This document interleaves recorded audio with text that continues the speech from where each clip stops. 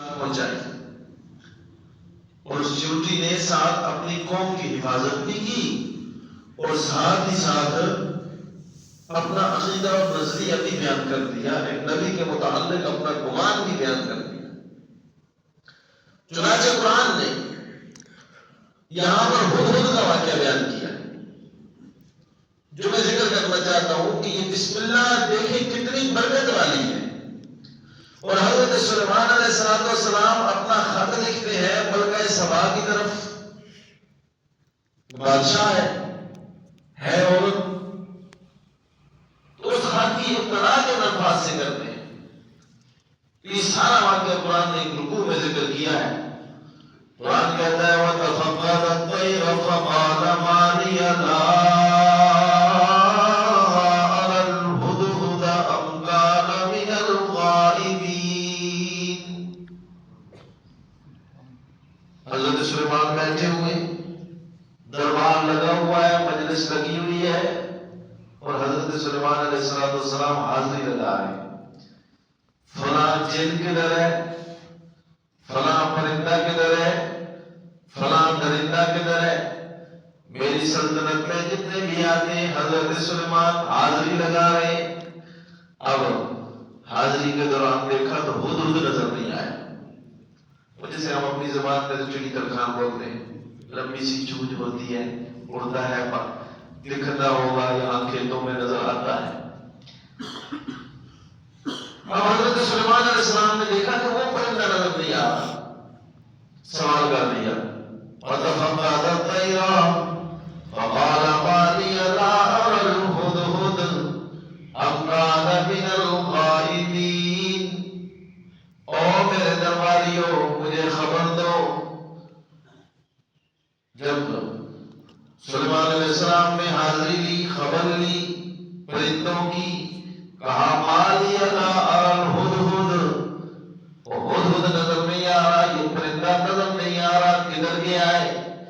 أَمْ كَانَ مِنَ الْغَائِبِينَ، یہاں نظر نہیں آ رہا، یہ آج ہے ہی غیر حاضر ہے، غائب ہے۔ سوال کر دیا۔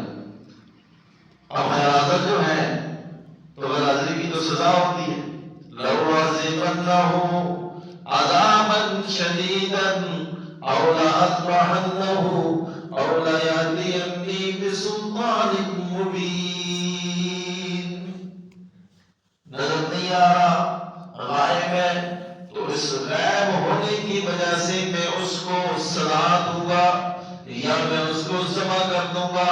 ہاں اگر میرے پاس کوئی دلیل لے آیا کہ میں کس وجہ سے غیر حاضر تھا، کوئی معقول وجہ میرے سامنے ذکر کر دی، تو پھر میں اس کو سزا نہیں دوں گا، ورنہ وہ سزا کا مستحق ہے۔ یہ ذکر کیا۔ فَمَكَثَ غَيْرَ بَعِيدٍ، اب یہ بات چل رہی ہے، مجلس لگی ہوئی ہے، وہ ہدہد اڑتا اڑتا آیا، آگے دربار میں حاضری دی۔ اب اللہ کو اس پرندے کی کلام اتنی پسند ہے۔ یاد رکھیں ایک بات، قرآنی واقعات سے ہمیں جو مسئلہ سمجھ آتا ہے، اللہ کو توحید اتنی پسند ہے، اپنی وحدانیت اتنی پسند ہے کہ اگر وہ توحید کا مسئلہ ذکر کرے چونٹی تو رب اس کا بھی ذکر قرآن میں کر دیتے ہیں، اگر وہ توحید کا مسئلہ ذکر کرے ہدہد تو رب اس کی بات کو قرآن کی آیات بنا دیتے ہیں۔ شاہی کلام ہے قرآن، لیکن اللہ کو یہ توحید اتنی زیادہ محبوب اور پسند ہے کہ جو چاہے وہ پرندہ ہے، چاہے وہ درندہ ہے، جو بھی مخلوق ہے جو توحید کی بات کرتا ہے تو رب کو اتنا زیادہ وہ محبوب ہوتا ہے کہ اللہ نے ان کے کلمات کو قرآن میں ذکر کر دیا۔ تو جب ایک بندہ اپنے آپ کو مسلمان کہنے والا رب کی توحید کا پرچار کرے گا، اللہ کی وحدانیت کا بیان کرے گا، تو اللہ کو وہ کتنا زیادہ محبوب ہوگا، جس کو اللہ نے بنایا ہی اشرف المخلوقات ہے۔ اس لیے ہر وقت رب کی توحید کا ڈنکا بجتے رہنا چاہیے۔ کائنات کو بنانے کا رب کا مقصد یہی تھا کہ میری توحید واضح ہو جائے۔ اب پرندہ آیا، قرآن کہتا ہے فَمَكَثَ غَيْرَ بَعِيدٍ فَقَالَ أَحَطتُ بِمَا لَمْ تُحِطْ بِهِ وَجِئْتُكَ مِنْ سَبَإٍ بِنَبَإٍ من يقين.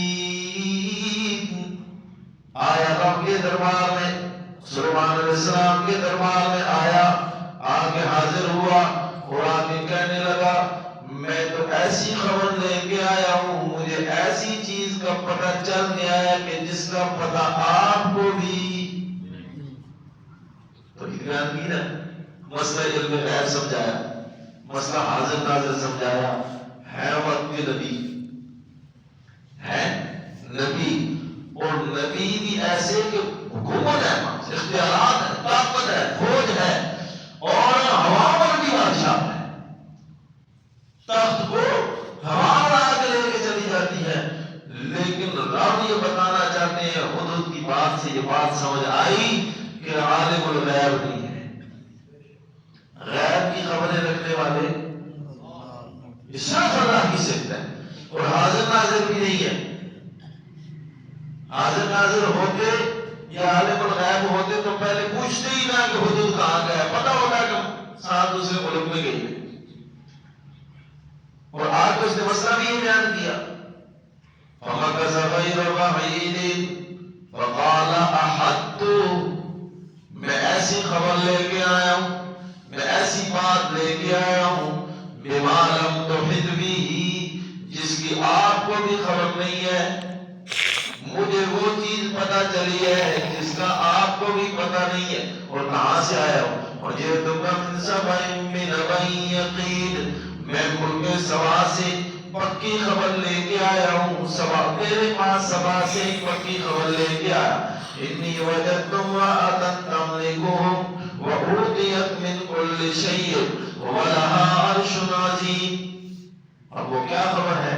وہ سارا واقعہ اس حدود نے بیان کر دیا. وہ بیان کرنا یہاں مقصود نہیں ہے، مسئلہ سمجھانا مقصود ہے. یاد رکھیں کہ وہاں میں کیا ہے، عورت کی حکمرانی ہے، اور بڑا تخت ہے، بڑا شاہی نظام ہے ان کے پاس، بڑے بڑے محلات ہیں. یہ ترجیحات ہوتی ہے نا بادشاہوں کی، جیسے آج کل ہے کہ فلاں کا تخت، فلاں کا محل بڑا ہے، تو تخت بڑے ہوتے ہیں. لیکن ان میں مسئلہ یہ ہے، اب یہ حدود کی غیرت دیکھیں. رب نے جس کو پسند کیا ہے، اللہ نے ان کو سب کچھ دیا ہوا ہے، وہ بادشاہ ہے، اس کے بعد بڑا تخت ہے، بڑا مال و دولت ہے، اختیارات ہیں، لیکن یہ سارے مل کے سورج کو سجدہ کر رہے ہیں. انہیں ابھی تک رب کا ہی پتہ نہیں ہے، اور آپ اگر بادشاہ ہیں تو مواحد کا کام ہے نا کہ مشرک کو بھی غیر راست دلانا. اب یہ حدود نے آ کر یہ ذکر کیا. اللہ اکبر. حضرت سلیمان علیہ السلام یہ بات سنتے ہیں اور حدود کہتا ہے وہ اللہ کو سجدہ کیوں نہیں کرتے، سورج کو سجدہ کیوں کرتے ہیں؟ سلیمان علیہ السلام تصدیق کرنے کے لیے کہتے ہیں قال سننظر اصدقت ام كنت من الكاذبین. میں دیکھتا ہوں، تحقیق کراتا ہوں، تفتیش کرتا ہوں کہ تو سچ بول رہا ہے یا اپنی جان چھڑانے کے لیے جھوٹ کا سہارا لیا ہے. اذهب بکتابی، لے جاؤ میرا خط، هذا فألقِ إلیہم ثم تول عنہم فانظر ماذا یرجعون. اپنے دربار میں کہا، جنات بھی بیٹھے تھے بڑے بڑے، کہا کہ یہ میرا خط لے جاؤ اور لے جا کر اس کو پیش کرو، دیکھو پھر کیا جواب آتا ہے. قالت یا ایھا الملأ انی القی الی کتاب کریم.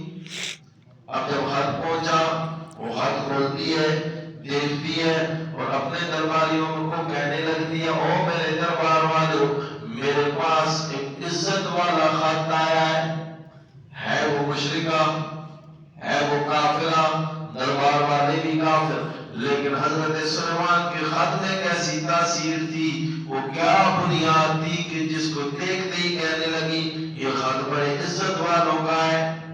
وہ جو قرآن نے یہاں ذکر کیا وہ کیا ہے؟ انہو من سلیمان، انہو من سلیمان وانہو بسم اللہ الرحمن الرحیم. یہ خط وطن ہے. حضرت سلیمان نے خط لکھا.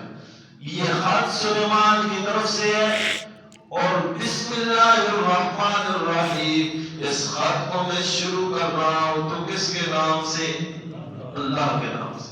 اب دیکھیں رب نے عزت بھی دی ہوئی ہے, طاقت بھی دی ہوئی ہے, روب بھی دیا ہوا ہے, دبدبا بھی دیا ہوا ہے, لیکن پھر بھی آج ہی اتنی ہے کہ صرف اپنا ذکر نہیں کر رہے بلکہ لکھتے ہوئے نام کس کا لیتے ہیں؟ آج ہمیں تھوڑا کچھ مل جائے تو ہم کہتے ہیں میرا سب کچھ ہے. نہیں, یہ طاقتیں, یہ عزتیں صرف اور صرف آپ کی طرف سے ملتی ہے. اللہ اکبر. یہ خط پہنچا تھا. بہرحال مقصد میرا یہ سمجھانا آپ کو تھا کہ جو کچھ بھی ہو جائے اپنے ہر کام کی ابتدا کس سے ہونی چاہیے؟ وہی کی ابتدا بھی تو اللہ نے اسی سے کی. قرآن کی ابتدا اقرا بسم ربک الذی خلق, رب کے نام سے. تو یہ رب کا نام ہمارے ہر کام کے شروع میں آ جائے تو برکتیں آئیں گی.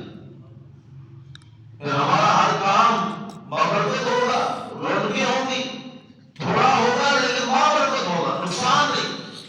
اور حلال چیز ہو اور ساتھ بسم اللہ ہو تو اللہ برکتیں عطا فرماتا ہے. کیونکہ شریعت نے ہمیں ہر چیز کی ہماری رہنمائی کی ہے. اب اسی کے ساتھ دیکھیں قرآن کی جو دوسری آیت میں نے خطبے میں پڑھی ہے, چونکہ رمضان آگے آ رہا ہے اور اکثر لوگ, میں نے پہلے بھی ذکر کیا کہ رمضان المبارک میں زکوٰۃ ادا کرتے ہیں جنہیں اللہ نے استطاعت دی ہے. دعا کیا کرو کہ اللہ ہمیں بھی زکوٰۃ دینے والا بنا, کیونکہ زکوٰۃ وہی دیتا ہے نا جس کو اللہ مال و دولت دیتا ہے. نیت بندہ ایسے کرے نا, جو دینے والے ہیں اللہ اور عطا کر, اتنی توفیق دے کہ میں زکوٰۃ دے سکوں, زیادہ دے سکوں. نیت ایسی تو پھر اللہ عطا کر بھی دیتا ہے, اس کے خزانوں میں کوئی کمی نہیں ہے. بندے کی نیت ٹھیک ہو. یہ نہ ہونا کہ بندہ زکوٰۃ سے راہ فرار اختیار کرتا پھرے, بہانے ڈھونڈتا پھرے کہ میں کون سا طریقہ کروں کہ یہ سال زکوٰۃ نہ دینی پڑے, میں بچ جاؤں. ایسے نہیں ہونا چاہیے. زکوٰۃ سے مال پاک ہوتا ہے اور مال کے اندر برکتیں آتی ہیں. یاد رکھیں اللہ بڑھاتے ہیں مال کو, رب کا وعدہ ہے نا. اللہ نے حکم دیا ہے زکوٰۃ کا, اور یہ اسلام کے اہم ترین فرائض میں سے. حضرت سیدنا صدیق اکبر رضی اللہ تعالیٰ عنہ کے دور میں جب زکوٰۃ کے کچھ لوگ منکر ہو گئے تھے تو فرض کا انکاری کون ہوتا ہے؟ مسئلہ بھی سمجھتے. ایک ہے فرض کو نہ ادا کرنا, یہ فاسق اور فاجر گنہگار ہے. ایک ہے فرض کا انکار کر دینا, میں یہ نہیں کرتا, یہ کفر ہے. تو حضرت سیدنا صدیق اکبر رضی اللہ تعالیٰ عنہ کے دور میں کچھ لوگوں نے انکار کر دیا تھا کہ ہم تو زکوٰۃ صرف کس کو دیتے تھے؟ نبی علیہ السلام کو دیتے تھے. اب حضور دنیا سے چلے گئے ہیں, اب ہم حضور کے بعد کسی کو زکوٰۃ نہیں دیتے. تو حضرت صدیق اکبر رضی اللہ تعالیٰ عنہ باوجود بڑا نرم رویہ ہونے, نرم دل تھے, لیکن ان کے خلاف اعلان جہاد کیا اور قتال کیا, اور کہا کہ اگر یہ نبی کے دور میں ایک رسی بھی دیا کرتے تھے, اب میرے زمانہ خلافت میں وہ بھی ان کو ادا کرنی پڑے گی, نہیں تو میں ان کے خلاف جہاد کروں گا. تو اتنا اہم ترین رکن, اور قرآن نے بھی اس کو بیان ایسے ہی کیا, خذ من اموالہم صدقۃ تطہرہم وتزکیہم بہا وصلی علیہم ان صلاتک سکن لہم واللہ سمیع علیم. اے میرے محبوب, ان لوگوں سے جن پر زکوٰۃ فرض ہے. اب زکوٰۃ فرض کس پر ہوتی ہے ایک الگ مسئلہ ہے.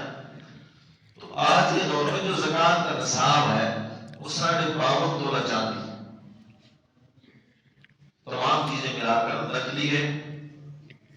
اگر صرف سونا ہی سونا ہے اور کچھ نہیں ہے بس, تو پھر تو 7.5 تولے سونا ہے. لیکن ایسا ہوتا نہیں ہے, بہت کم ہوتا ہے کہ صرف سونا ہو. اگر باقی چیزیں ہیں, باقی نصاب ہے, اور باقی چیزیں کیا کیا ہیں؟ چاندی ہے, نقدی ہے, سامان تجارت ہے, ضرورت سے زائد سامان ہے, جو ضرورت سے زائد ہے. یہ ساری چیزوں کو ملا کر, اور پھر یہ بھی بات یاد رکھیں یہ نہیں کہ آپ کو اللہ نے کل مال عطا کیا، مہینہ پہلے عطا کیا تو آپ پر زکوٰۃ نہیں، اس مال پر 1 سال گزر چکا ہو، حولان حول سے کہا جاتا ہے، سال گزر چکا ہے، تو اب اس سارے مال کو ملایا جائے تو نصاب پھر چاندی کی طرف لوٹے گا۔ تو 52.5 تولے چاندی کی قیمت تقریباً، میں نے آتے آتے راستے میں ایک سونیار کو فون کیا تو اس نے مجھے بتایا کہ آج تقریباً ریٹ 15,000 روپے چاندی تولا ہے، تو اس حساب سے تقریباً 7,80,000 روپے بنتا ہے۔ اندازہ 7.5 لاکھ سے جس کے اوپر جس کے پاس مال ہے اور اس پر سال گزر چکا ہے، تو پھر 1 لاکھ میں سے کتنے 2500، یہ بندے پر 40واں حصہ وہ زکوٰۃ ادا کرنا۔ اور زکوٰۃ کے مصارف کون سے ہیں؟ سب سے پہلے اپنے گھر سے ابتدا کیجیے۔ اپنے گھر سے یہ مطلب بھی نہیں ہے کہ اپنے بیٹوں کو دے دیں یا بیوی کو دے دیں، نہیں، اپنے بھائیوں میں دیکھیں، بہنوں میں دیکھیں، قریبی رشتہ داروں میں دیکھیں، اپنی اولاد میں اصول اور فروع میں نہیں دے سکتے، یعنی اوپر کے جو رشتہ دار ہیں اور جو نیچے والے رشتہ دار ہیں، بیٹا پوتا، اور سائڈوں میں جو ہے بہن بھائی ہیں، ان کو زکوٰۃ اگر وہ مستحق ہیں تو ان کو دینا زیادہ افضل ہے۔ آج ہمارے ماحول اور معاشرے میں کیا ہو رہا ہے؟ بھائی بھوکا بیٹھا ہے، اس کے گھر میں پکانے کے لیے کچھ نہیں ہے، اور حضرت نے ویلفیئر سوسائٹی کو دی ہوئی ہے۔ یہ ہو رہا ہے کہ نہیں معاشرے میں؟ اپنے قریبی بہن بھائی، بہنوں کا ہاتھ دبایا ہوا ہے، بیٹیوں کا ہاتھ دبایا ہوا ہے، اور پورے گاؤں کو رات کی روٹی کھلا رہا ہے۔ نہیں بھائی، جو ضروری چیزیں ہیں وہ ادا کرنا ضروری ہے، یاد رکھیں، ان کی قدر ہوگی۔ اور قیامت میں اللہ آپ سے نہیں پوچھے گا آپ نے ویلفیئر سوسائٹی نہیں کھولی، آپ نے پل نہیں بنایا، آپ نے اسپتال نہیں بنایا، اگر آپ زکوٰۃ نہیں دیتے یہ آپ سے پوچھو۔ اور یہ بھی نہیں ہے کہ پہلے نہیں دیجیے تو ٹھیک ہے اس سال سے دینے شروع ہو جائے، یہ فرض ہے اور فرض کی قضا لازم ہوتی ہے۔ اگر آپ پر زکوٰۃ پہلے فرض تھی تو وہ بھی ادا کرنا آپ پہ ذمہ ہے۔ اس کی ضروری مسائل جو ہیں زکوٰۃ کے، آگے روزے کے انشاءاللہ آئندہ جمعوں میں مسائل بھی آپ حضرات کے سامنے ذکر کرنے ہیں، تو یہ ضروری چیزیں ہیں۔ تو زکوٰۃ کا ایک تو نصاب اور ایک زکوٰۃ کے مستحقین، سب سے پہلے قریبی رشتہ دار، انما الصدقات للفقراء والمساکین والعاملین، پھر اس کے بعد فقیر ہے، کوئی مسکین ہے جس کے پاس کھانے کے لیے کچھ نہیں، یا ایک وقت کا کھانا موجود ہے، یا زکوٰۃ جو جمع کرنے والے اگر گورنمنٹ کی طرف سے بھی انتظام ہوتا تو وہ الگ مسئلہ ہے۔ تو بہرحال اپنے مالوں میں زکوٰۃ ادا کرنا یہ ایک مسلمان کے لیے کیا ہے؟ فرض ہے۔ اللہ رب العزت ہمیں یہ مسائل سمجھنے کی اور مسائل پر، ان معاملات پر اللہ ہمیں عمل کرنے کی بھی توفیق نصیب فرمائے۔ وآخر دعوانا